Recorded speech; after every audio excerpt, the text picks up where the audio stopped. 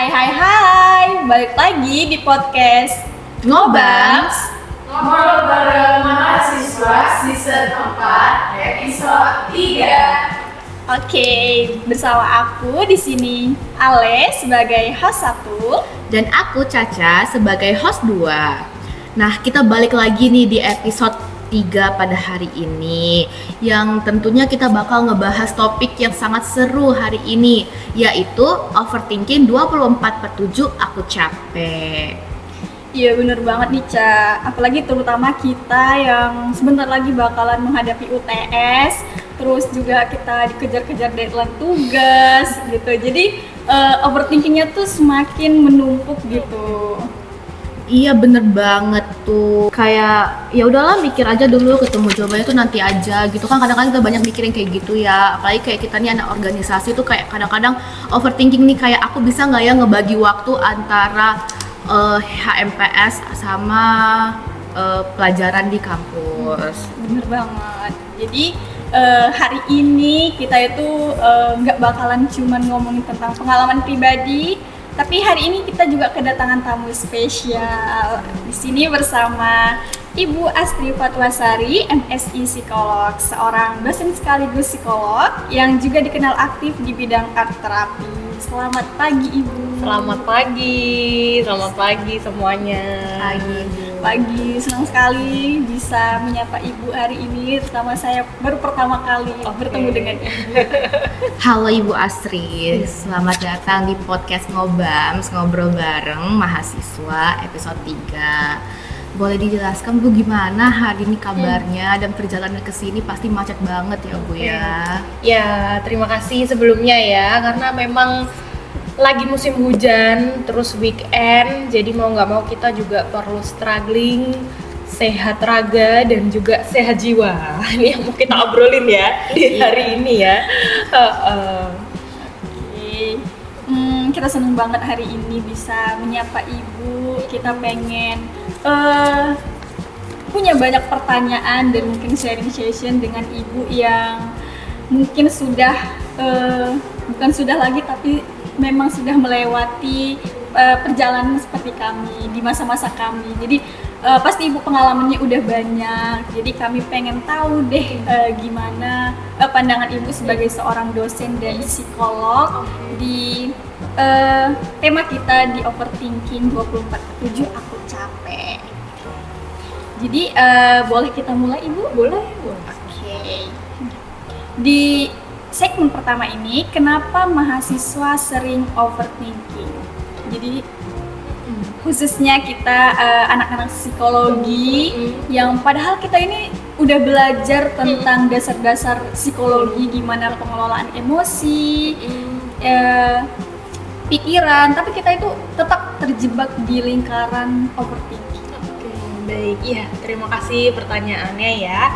Ya, overthinking ini bahasanya adalah, kalau bahasa anak sekarang tuh sebutnya OVT gitu ya. OVT gitu. Atau kadang sering munculnya itu ketika memang ada situasi-situasi tertentu yang memicu gitu. Kalau dalam hal ini overthinkingnya berarti lebih ke arah mahasiswa ketika banyak tugasnya, biasanya seperti itu. Jadi memang ada situasi-situasi khusus. Nah, kenapanya ini sebenarnya banyak banget teman-teman. Kalau kita sebutnya faktor ya sebenarnya ya. Jadi faktor-faktornya tuh kenapa? Sebenarnya banyak faktornya. Faktornya bisa jadi karena memang stresornya banyak. Nah, tadi saya sempat singgung sedikit tuh tentang situasi. Kita sebutnya stresor. Jadi stresornya tuh memang banyak. Kalau teman-teman coba ngelis ya, bikin daftar apa aja tugas-tugasnya gitu, kayaknya kok banyak banget. Bisa jadi setiap mata kuliahnya punya tugasnya masing-masing. Belum setiap tugasnya tuh punya perintilannya masing-masing lagi. Itu mau nggak mau kita jadi timbul overthinking. Nah, satu sisi tugas itu kan juga memuat emosional ya, kadang ya emosional tuh kayak gimana, misalnya ada tuntutan dari keluarga untuk IPK-nya bagus dong, tepat waktu dong gitu ya, atau mungkin ternyata pada saat mengerjakan tugas ada teman kelompoknya yang ternyata ya kadang cocok nggak cocok gitu ya, bener ya, kadang cocok nggak cocok, mau nggak mau itu juga memicu kita punya emosional tertentu gitu. Emosi itu tidak hanya emosi negatif ya teman-teman, tapi juga emosi positif dan negatif, yang mana emosional itu bukan berarti hanya marah-marah, tapi juga overthinking itu termasuk bagian dari emosi. Emosi itu sebenarnya perasaan. Nah, jadi faktornya sebenarnya banyak. Apakah stresornya cukup lebih banyak dari biasanya itu ya. Terus kemudian dari faktor pengalaman sebelumnya juga bisa, misalnya pengalaman yang kurang menyenangkan sebelumnya. Misalnya, aduh dulu aku nggak belajar, kalau nggak belajar tuh nilaiku ternyata nggak maksimal, misalnya kayak gitu. Nah itu juga bisa menimbulkan overthinking tersendiri bagi mahasiswa tersebut gitu. Kalau dalam ini konteksnya mahasiswa ya, berarti pengalaman masa lalu juga bisa. Jadi tadi pertama tentang stresornya banyak, terus yang kedua itu tentang apa tadi tuh? Yang kedua tadi tuh tentang pengalaman masa lalu gitu ya, pengalaman masa lalu yang kurang menyenangkan gitu ya bagi dia. Tidak harus pengalaman yang traumatik ya teman-teman ya, termasuk pengalaman yang kayaknya kecil-kecil gitu ya, tapi ternyata itu juga memicu kita buat aduh besok harus ini nih, aduh harus ini nih, misalnya seperti itu. Bisa seperti itu, atau bisa juga faktor dari selain internal, eksternal juga ya teman-teman ya. Misalnya memang kita punya pembawaan yang cemasan, itu juga bisa. Jadi faktor internal kita ya, karakteristik personal kita yang memang dari sononya tuh udah cemasan. Jadi aduh tugas ini benar nggak ya, tugas ini benar nggak ya, tugas ini benar nggak ya, sehingga melakukan pengecekan beberapa kali walaupun dia sudah selesai. Ada juga yang kayak gitu. Seperti itu. Terima kasih Bu. Tapi aku mau nanya, overthinking itu tuh bisa kayak jadi kebiasaan gak sih Bu jadinya, atau bisa kita nanggulangi gitu? Ya, overthinking bisa jadi kebiasaan juga ya teman-teman ya, karena itu merupakan suatu hal yang barangkali menjadi coping strategi lah istilahnya, atau cara dia menghadapi masalah. Oh ini ternyata cara ini aman, kalau aku overthinking nanti tugas-tugasku akan on track nih, misalnya seperti itu. Sebenarnya nggak apa-apa, tapi overthinkingnya itu apakah dia masuk ke cemas atau enggak sebenarnya. Kalau overthinkingnya adalah overthinking yang dia detail, itu sebenarnya bukan overthinking, tapi lebih kepada ya kita mikir detail terus habis itu ya sudah. Tapi kalau sudah mengandung kecemasan, nah itu namanya overthinking yang masuk ke kecemasan. Seperti itu. Oke. Nah, kenapa sih Bu overthinking itu terjadinya sering di malam hari? Kayak kita habis ngampus, habis kelas, ketemu banyak orang, terus atau mungkin kita habis organisasi ya, prokeran, kayak pulang-pulang ke kos tuh ngerasa kayak sepi. Nah, jadi overthinking tuh kayak cepet banget gitu masuk ke kita. Kenapa sih? Oke. Ya, malam hari itu memang kalau saya sering sebut itu wibo, waktu Indonesia bagian overthinking. Itu istilah saya aja ya. Wibo ya, waktu Indonesia bagian overthinking. Kenapa? Karena secara tubuh itu sebenarnya kita sedang relax. Jadi kita tuh kan udah nggak aktivitas apa-apa lagi ya, biasanya kalau malam itu biasanya tuh timbulnya ketika mau tidur. Jadi mau tidur, aduh kok ini ya, kok kepikiran yang tadi dan sebagainya.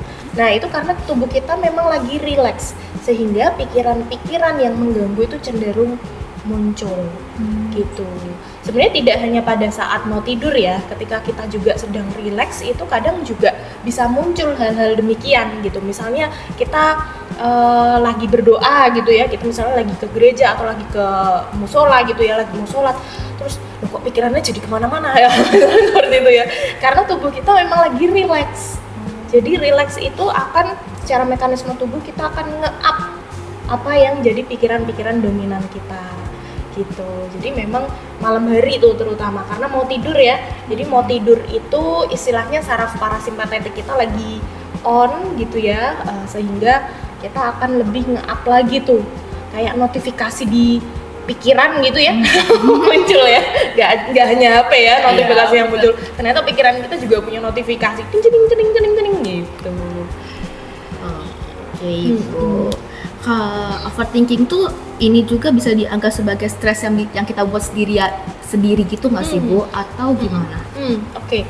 Overthinking itu sebenarnya kan juga secara nggak langsung kita sebenarnya punya pilihan ya, apakah kita mau melanjutkan overthinking kita atau enggak gitu. Sebenarnya kita punya pilihan itu, cuman kadang kalau kita tidak menyadari sejak dini itu jadinya ya kebablasan. Jadinya kebablasan gitu. Jadi overthinkingnya apakah bisa menjadi stres tersendiri ya tadi ya? Bisa, sangat bisa, karena sebenarnya stres, kecemasan dan depresi ini masuk ke common mental health issue di dunia ya, tidak hanya di Indonesia. Jadi kalau stres itu memang ada ada tekanan yang cukup banyak gitu ya. Kemudian kalau kecemasan itu kita memikirkan sesuatu hal yang belum terjadi biasanya. Kalau depresi itu memikirkan sesuatu hal yang biasanya sudah cenderung terjadi dan dia larut terhadap hal itu sehingga cukup sedih. Seperti itu. Iya ibu ya. Tapi tuh terkadang tuh aku tuh kayak sedih gitu loh bu, kayak gak tahu. Tapi itu kadang kayak apalagi mau PMS ya atau apa gitu tuh ya kayak tiba-tiba makin overthinking, makin sedih. Itu tuh gimana ya bu caranya biar nggak berlarut-larut gitu loh bu? Oke. Ya, ini sebenarnya juga ada mekanisme tubuh ya, hormonal ya, teman-teman ya. Jadi kita juga perlu melihat journaling tuh kalau rajin banget.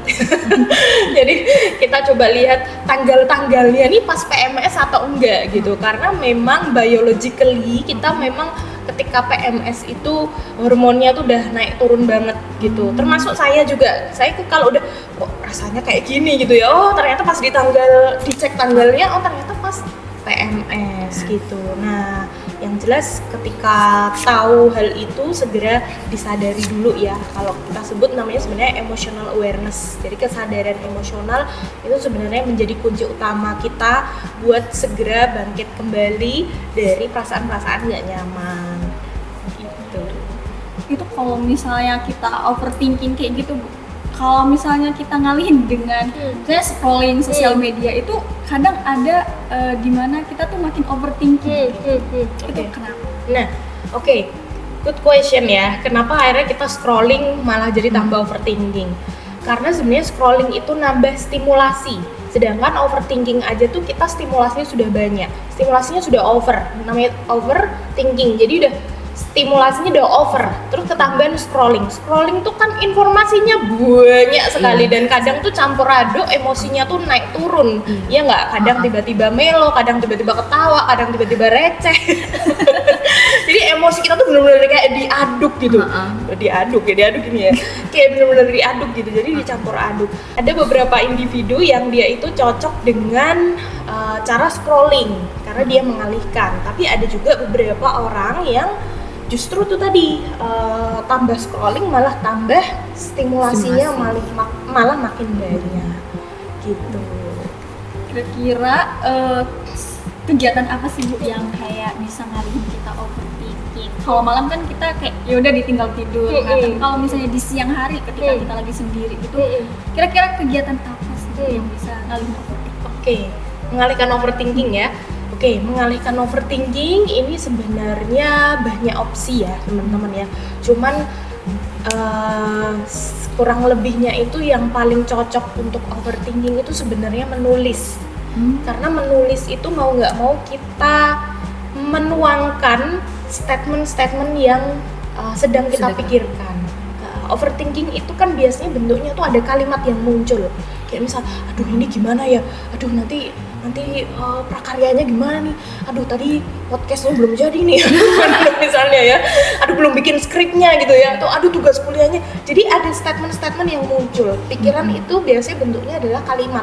Nah, maka perlu untuk dituangkan. Nah, lebih nyamannya adalah sebenarnya dengan tulisan. Nah, makanya teman-teman kalau punya overthinking gitu ya, baiknya sebenarnya tulisnya pun juga sebenarnya bebas, mau tulisannya ekspresif ya, ekspresif writing misalnya ya, jadi nulis apapun di situ, atau bikin list apa ya, daftar ya, kayak bikin to do list misalnya kalau ternyata overthinkingnya tentang tugas ya, tugasnya kok banyak banget gitu, mau nggak dipungkiri memang memori jangka pendek kita itu kan menyimpannya hanya 7 ya, kalau teman-teman pernah belajar biopsikologi ya. Memori pendek kita tuh hanya cuma punya 7 item aja sebenarnya. Jadi kalau lebih dari 7 itu akan ketumpuknya bukan hilang ya, apa ya? Ya kayak datang dan pergi gitu ya. Pikirannya kayak harus di-up lagi gitu. Jadi better kita menuliskan. juga di notes kita, di catatan kita, atau mungkin di HP kita seperti itu gitu. Nah, tadi ada sedikit saya masuk ya ke tipsnya ya. Jadi kan ada expressive writing atau mungkin daftar, atau kalau perlu ada beberapa orang yang dia tuh lebih nyaman juga dengan plotting waktunya sekalian. Misalnya kayak gitu ya, kalau untuk tugas-tugas kan banyak nih, aduh jam segini kuliah, jam segini harus ngerjain, jam segini kerja kelompok ya, jam segini ini, kalau bisa sekalian dikelompokin kayak gitu, dikelompokin kayak misal jam 10 sampai jam 1 kuliah, terus jam 2 sampai jam 3 nanti kerja kelompok, yang selanjutnya jam berapa, jadi nggak numpuk semuanya di situ. Jadi harus kita benar-benar pintar time management. Ya, kalau konteksnya tadi lebih ke arah tugas kuliah ya teman-teman ya, itu bisa disambung dengan yang tips yang ketiga tadi. Berarti journaling itu juga berarti bisa ya Bu sebagai tipsnya. Journaling sebenarnya masuk ke tips juga. Tapi Bu, kan gini, terkadang tuh aku nih punya teman. Nah, teman aku tuh dia tuh ngerasa overthinking, terus dia nyari di ChatGPT nih Bu. Terus tuh banyak kan muncul tuh penyebab overthinking, penyakit psikologinya apa. Nah, terus dia tadi kayak diagnose itu jadi gimana ya Bu caranya biar tuh dia tuh nggak kayak gitu lagi, karena kan nggak baik ya Bu yang seperti itu. Oke, nah ini salah satu simptom orang-orang overthinking tuh kadang bukannya malah berhenti tapi malah tambah nyari. Ini siapapun ya, dalam kasus apapun ya, tidak hanya mahasiswa. Di ruang konseling juga biasanya seperti itu. Jadi dia tuh punya kecemasan malah makin nyari lagi. Malah makin nyari lagi informasinya sehingga malah nggak berhenti gitu. Sebenarnya ada juga, sebenarnya tergantung orangnya ya. Ada juga yang saya tuh malah kepikiran Mbak kalau misalnya belum nyari, tapi kalau udah nyari ya udah gitu. Oh ya itu nggak apa-apa kalau memang caranya demikian. Ya, jadi sadari diri juga kira-kira apakah cukup nyaman dan malah cukup melegakan ketika kita mencari informasi tersebut. Tapi ada juga beberapa individu yang justru sebaliknya, karena tadi ya overstimulasi. Ada beberapa orang yang dia tuh overstimulasi sehingga ketika nambah informasi malah jadi gitu. Jadi muntap gitu. Jadi muntap gitu. Iya, atau jadinya malah self diagnose dan sebagainya. Nah, ini poin bagusnya adalah tadi ya, tahu nih, wah jangan self diagnose sebenarnya. Itu kan sebenarnya tadi malah jadi self diagnose. Sebenarnya dia tahu bahwa setelah ini jangan self diagnose, baiknya segera minta ke profesional ya. Barangkali kalau ke profesional itu kan lebih bisa personal ya, lebih bisa personal baik itu ceritanya maupun tips-tipsnya. Karena satu tips ke orang lain itu belum tentu cocok ke orang yang lainnya. Seperti yang tadi saya sampaikan, ada yang dia cocok tuh malah nyari-nyari itu, tapi dia malah lega, ada yang demikian. Tapi ada juga yang malah sebaliknya karena overstimulasi. Gitu. Berarti lingkaran overthinking tuh kayak ngikat kita banget ya. Betul. Lingkarannya itu kayak ngikat ya. Tadi bahasa yang bagus tuh. Kayak ngikat gitu ya. Betul. Jadi overthinking tuh sebenarnya itu tuh bukan jadi kebiasaan aja, tapi emang jadi hal psikologis kita gitu ya Bu. Nah, jadi kayak ngerasa ketampar gitu ya Bu. Jadi kayak aku tuh kadang harus mikir dalam diri aku tuh kayak aku harus tenang, harus mindful gitu-gitu kan Bu. Nah, karena tadi pertanyaan tadi sudah terbalas, nah aku tuh mau nanya Bu, kayak kan tadi ngebahas tentang lingkungan nih. Menurut Ibu tuh gimana sih peran kampus kita dalam membantu mahasiswa menghadapi overthinking atau tekanan psikologis? Karena kayak kalau dipikir-pikir banyak banget faktor yang memicunya, seperti organisasi, tugasnya melimpah, terus chat dosen yang nggak dibalas. Itu bagaimana Bu? Oke, baik. Ya, kampus sebagai lingkungan suportif ya. Artinya gini, sebenarnya adalah kita sebagai mahasiswa ya, misalnya teman-teman berperan sebagai mahasiswa, itu juga perlu menempatkan diri bahwa saya sedang berperan sebagai mahasiswa gitu. Artinya adalah kita perlu mengambil jarak, apakah ini tuh jadi hal yang membebani atau enggak gitu. Mau nggak mau sebenarnya mahasiswa itu kan juga dibebani tugas-tugas ya. Kita membayarkan buat apa namanya, buat diberikan tugas sebenarnya, mau nggak mau dari dosen pun juga memberikan penilaiannya dari tugas-tugas. Nah, jadi perlu disadari juga bahwa saya sebagai mahasiswa itu terfasilitasi oleh kampus yang suportif ini dalam rangka penilaian-penilaian itu, sehingga dari penilaian itu saya memiliki skill yang akan meningkat. Satu sisi itu dulu. Terus kemudian dari sisi kampus juga kami berusaha buat ini ya teman-teman ya, berusaha untuk memberikan tugas-tugas yang manusiawi gitu ya. Memberikan tugas-tugas yang manusiawi ke mahasiswa siapapun ya. Terus juga kami sebisa mungkin standar lah intinya ya, standar sesuai dengan apa yang menjadi penugasan di kampus-kampus lainnya, sehingga lulusannya juga akan kurang lebihnya akan sama lah secara kompetensi atau capaian pembelajarannya begitu. Nah, terus kemudian kampus ini kan sebenarnya banyak ya. Banyak itu dalam artian ada yang dari sisi himpunan juga. Nah, misalnya ya. Jadi kampus tidak hanya pengajaran saja ya, teman-teman ya. Tidak hanya pengajaran saja, tapi juga di himpunan misalnya ya. Di himpunan ini kan, kalau di himpunan tuh kan ada pengawasnya ya biasanya ya, atau penasihat lah dari dosennya juga, seperti itu. Nah, kalau dari sini juga teman-teman juga perlu untuk membuat support system yang baik kalau di HMPS, karena mau nggak mau dinamikanya juga adalah dinamika antar anggota HMPS-nya. Yang mau nggak mau adalah mahasiswanya sendiri juga ya. Sebenarnya ya teman-teman ya. Nah, di situ juga teman-teman belajar untuk berorganisasi secara struktural juga. Nah, di situ pun juga teman-teman sebenarnya dilatih untuk bagaimana menyampaikan apa yang menjadi tugas gitu ya. Mau nggak mau kan ada job desk-nya ya, job description-nya apa dan sebagainya. Selama itu teman-teman masih mengerjakan job desk yang menjadi tanggung jawabnya, cukuplah di situ. Jadi tidak kita kemana-mana ya. Kalau kemana-mana jadinya overthinking. Nah, termasuk juga apabila teman-teman misalnya tidak hanya di HMPS ya, maksud saya ya, misalnya teman-teman menjabat sebagai ketuanya atau mungkin penanggung jawabnya ya, itu juga perlu melihat batasan-batasan tadi, misalnya tanggung jawabnya di arah mana gitu, karena mau nggak mau nanti malah jadi overthinking sendiri gitu ya. Wah, ini belum seperti itu. Sebenarnya overthinking itu punya pesan yang baik ya teman-teman ya. Overthinking itu sebenarnya punya pesan yang baik. Itu kan sebenarnya akarnya dari cemas. Ya, akarnya dari cemas. Tapi cemas itu bukan berarti itu sesuatu hal yang jelek. Sebenarnya itu tidak. Cemas itu kadang juga dibutuhkan asalkan porsinya tepat. Kalau kita nggak punya cemas, itu malah namanya feeling numbness. Jadi numbness tuh kayak mati rasa gitu ya. Jadi nanti mau ada tugas, ya udah gitu. Ya udahnya tuh jadinya apa tuh? Nggak dikerjain misalnya kayak gitu. Sebenarnya kalau misalnya pada akhirnya teman-teman ngerjain ya, itu sebenarnya ada cemasnya. Tapi cemasnya lebih kalah dibandingkan tenangnya. Tenang itu bisa hadir karena dia punya cemas. Ya, terus kemudian baik itu bisa hadir karena kita tahu ada yang baik sama kita juga. Baik sama kita juga gitu ya. Jadi sebenarnya ada poin bagusnya juga ya teman-teman, ketika kita punya rasa-rasa yang ternyata kayaknya kok negatif gitu.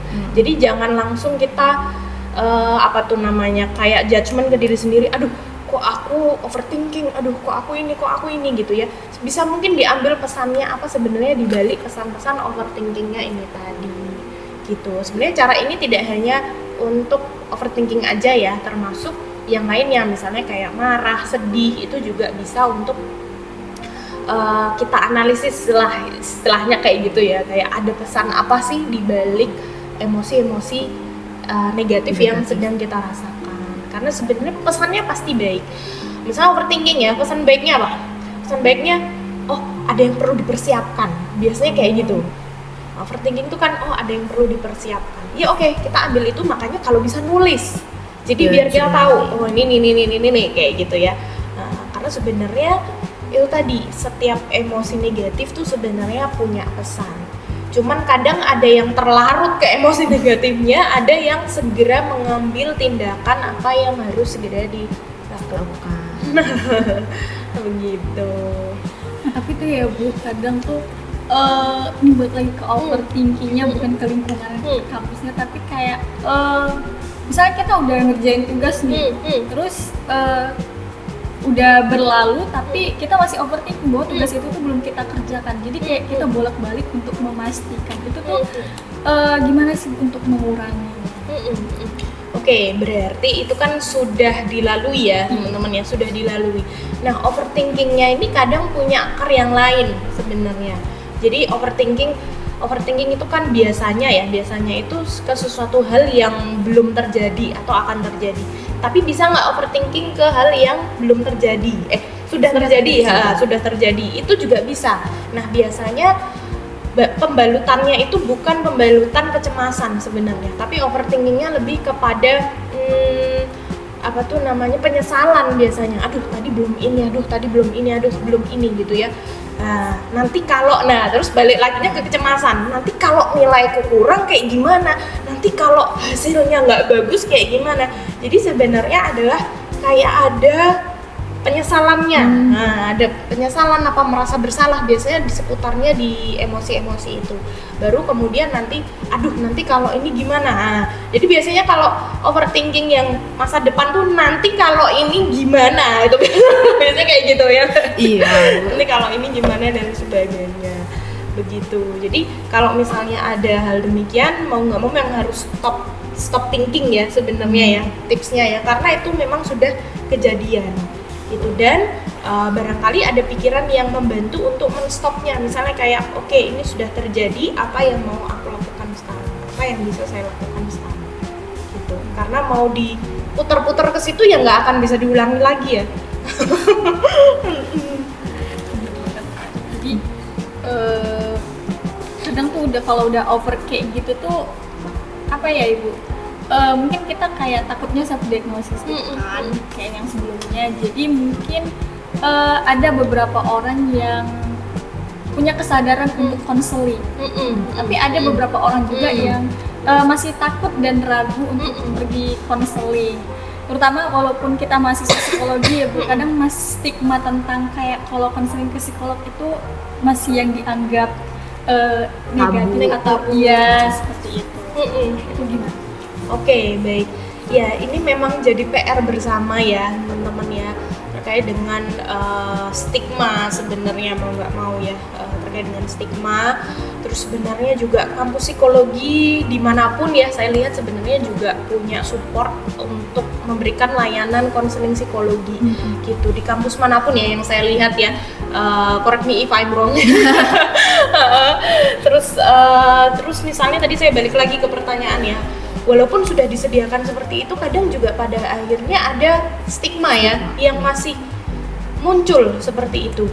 Nah, satu stigma itu. Terus kemudian yang kedua, merasa bahwa diri ini sudah belajar psikologi, coba deh buat menangani sendiri dulu gitu ya.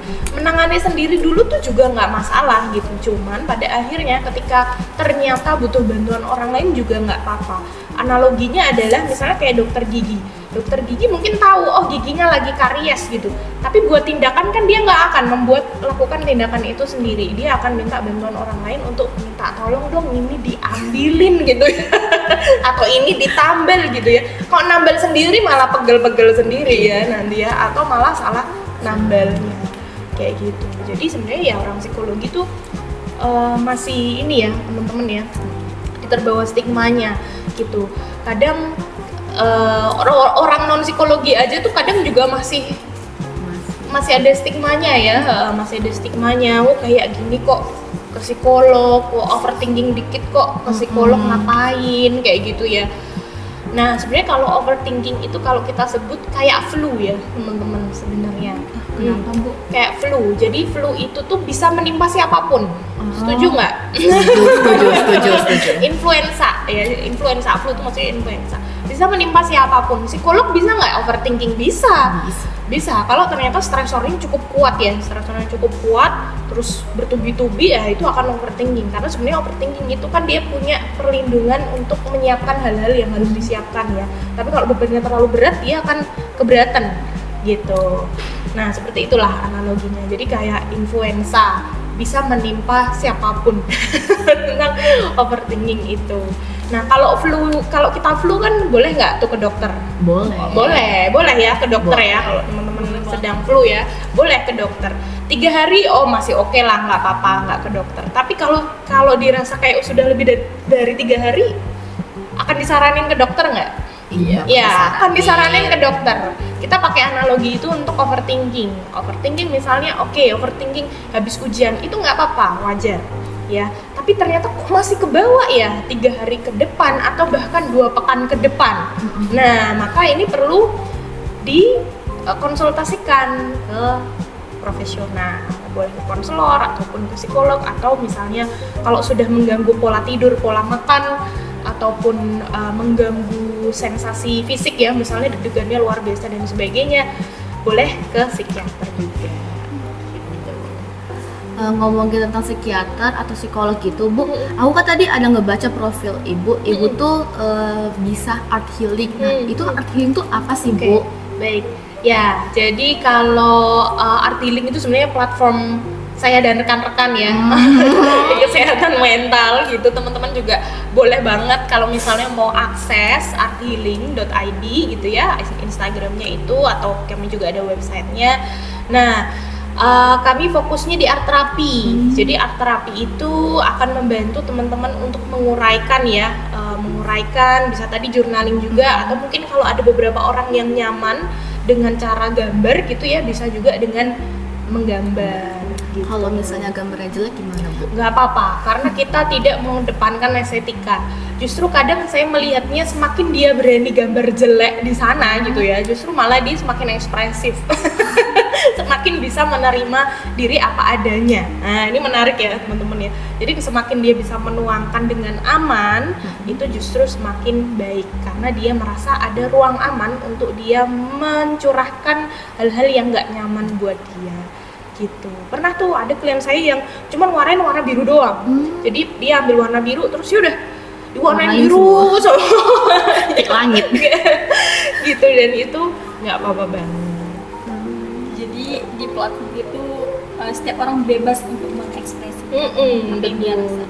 Betul, lewat gambar ya terutama ya. Tapi kami juga tidak memaksakan. Kalau tidak nyaman dengan menggambar, saya lebih nyamannya nulis, Bu. Iya, nggak apa-apa dengan menulis. Kita sediakan spidol, biasanya ada spidol warna-warni ya. Itu biasanya dia pilih salah satu warna tertentu, terus kemudian dipakai buat nulis. Seperti itu. Kalau misalnya dari lewat bernyanyi, Oke, bernyanyi itu juga bisa menurunkan kecemasan ya sebenarnya ya teman-teman ya. Di beberapa individu mereka tuh merasa lost gitu kalau misalnya nyanyi. Ya kalau nyaman dengan nyanyi nggak apa-apa, ada beberapa yang demikian ya. Atau malah justru sebaliknya, aduh saya tuh suaranya nggak bagus ya, nggak nyaman nyanyi gitu ya misalnya ya. Ya berarti dengan cara yang lainnya gitu. Kalau memang nyanyi itu juga sebenarnya masuk ke art terapi, musik terapi ya terutama ya, musik terapi itu ada juga, dan itu boleh banget juga gitu. Nah, kembali lagi Bu ke overthinking nih. Aku nih kan punya teman. Nah, teman aku nih kan misalnya kayak overthinking nih masalah nilainya yang jelek. Nah, tapi itu dia overthinkingnya tuh malah ngebuat orang lain tuh juga overthinking gitu loh, Bu. Nah, malah tuh overthinkingnya itu tuh malah kayak jadi marah-marah, kayak jadi bad mood parah. Jadi kayak misalnya aku yang di sebelah dia tuh jadi kayak kebawa ininya, amarahnya gitu. Itu gimana ya Bu caranya biar tidak seperti itu? Oke. Ini berarti cara untuk diri sendiri atau cara untuk dia dan diri sendiri? Oke, dia dan diri sendiri. Oke, kita ke peran yang tadi ya, yang temennya Caca tadi ya. Berarti kita perlu untuk kalau ada marahnya, nah itu sebenarnya kan masuknya ke ada marahnya ya teman-teman ya. Maksudnya bisa jadi kita perlu memanage kemarahan kita. Apakah kemarahannya itu sampai ke orang lain atau enggak? Nah, baiknya kemarahan itu kan tidak ke orang lain ya teman-teman ya, tapi marahnya itu kalau bisa selain orang lah intinya ya. Bisa dia ngedumel lewat Twitter second account-nya misalnya, akun sambat gitu ya, atau mungkin dia punya buku yang bisa buat dia marah-marah gitu ya, ataupun ataupun ke satu orang atau dua orang yang dia percayai lah, intinya seperti itu. Nah, kalau misalnya sudah agak bleber kemana-mana ya, misalnya ke teman dan sebagainya, nah dia perlu untuk memanage lagi gitu ya, mengatur apakah ini sudah apa ya istilahnya, berimbasnya ke orang lain atau enggak gitu. Terus kemudian, nah kalau untuk temannya gitu ya, kalau untuk temannya, nah itu kadang kita perlu untuk mengambil jarak, tapi bukan literally mengambil jarak, dalam artian mengambil jarak itu kita tetap berteman ya teman-teman ya. Yang diambil jaraknya apa? Yang diambil jaraknya adalah emosionalnya. Jadi anggaplah temanmu ini sebagai orang yang sedang curhat, bukan peran yang mahasiswa dan mahasiswa. Kalau mahasiswa ini akan kena. Nah tapi kalau teman sama teman, oke ini temanku yang lagi curhat. Nah maka kita akan biasanya akan lebih mendengarkan. Kadang kita pada akhirnya perlu melihat peran kita ya. Walaupun aduh ya saya juga mahasiswa Bu gitu ya. Tapi ingatlah bahwa temanku lagi curhat. Oke, aku berperan sebagai temanku dulu deh. Sebagai temannya dulu deh gitu. Kalau kita sebagai mahasiswa, wah nanti akan kecampur, malah jadi kepikiran juga gitu. Mau nggak mau memang peran kita banyak ya teman-teman ya. Jadi teman, jadi sama-sama mahasiswa juga, tapi kadang itu juga bisa membantu bahwa ini temanku, dia berperan sebagai misalnya namanya Mawar, si Mawar lagi pengen cerita aja gitu ya, maka aku dengarkan ceritanya. Jadi kita nggak terlalu nyangkut banget tuh sama iya sama juga ya. Aku tadi juga ya sama juga ya, tadi aku juga ujiannya mau segini-gini nih ya, jadi kecampur. Oke, mungkin dari Ibu ada pesan atau ini untuk teman-teman yang mungkin sedang overthinking atau supaya nggak overthinking lagi ke depan. Oke, baik. Ya, overthinking itu bukanlah hal yang sebenarnya jelek ya teman-teman ya. Kalau misalnya ternyata ada overthinkingnya, jangan buru-buru memberikan judgement ke diri sendiri bahwa aduh ya ampun aku overthinking, aduh betapa buruknya diriku aku sampai overthinking. Nggak perlu sampai seperti itu, tapi lebih kepada apa pesan yang ingin disampaikan dari overthinking ini. Overthinking ini muncul biasanya pesannya adalah supaya saya mempersiapkan hal-hal yang perlu saya siapkan. Misalnya jadi mahasiswa, perlu untuk menyiapkan alat tulisnya kayak gini, perlu menyiapkan timeline belajarnya, perlu menyiapkan kapan harus menghubungi orang-orang sekitar, baik itu teman kelompok maupun dosen-dosennya, misalnya seperti itu. Jadi ambil pesan overthinking itu sebagai hal yang membantu kita ya untuk menyiapkan hal-hal yang perlu kita persiapkan, begitu. Terima kasih Ibu atas pesan dan pesannya. Aku jadi kayak kebuka pikiran aku dan mendapatkan insight yang banyak dari obrolan kita hari ini. Nanti aku bakal main deh ke art healing ya Bu. Walaupun gambar aku jelek, nah semoga dengan itu aku jadi lebih tidak overthinking. Terima kasih banyak kami ucapkan kepada Ibu Astri yang hari ini sudah menyempatkan untuk hadir di hujan-hujan di tengah macetnya di weekend. Tapi kami berterima kasih banyak karena udah sharing, ngobrol di podcast Ngobams, ngobrol bareng mahasiswa. Buat teman-teman semua, jangan lupa follow Hima Psikologi biar nggak ketinggalan episode-episode selanjutnya. Sampai jumpa. Sampai jumpa. Terima kasih.